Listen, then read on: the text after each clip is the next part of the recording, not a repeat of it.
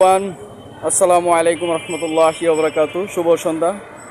মাগরিবের সালাত শেষ করে, আজ পবিত্র জুম্মার দিন, মাগরিবের সালাত শেষ করে আমরা চলে আসছি আমাদের রাজু ভাইয়ের ঝাল ছোলা বুটের দোকানে। তো আলু এবং ঝাল ছোলা বুট এখানে বিক্রি করা হয়। আপনারা জানেন সম্প্রতি, ওয়ালাইকুম আসসালাম, আপনারা জানেন সম্প্রতি তার দোকানটা ছিল আগে হচ্ছে পাকিস্তানি হালিমের সামনে।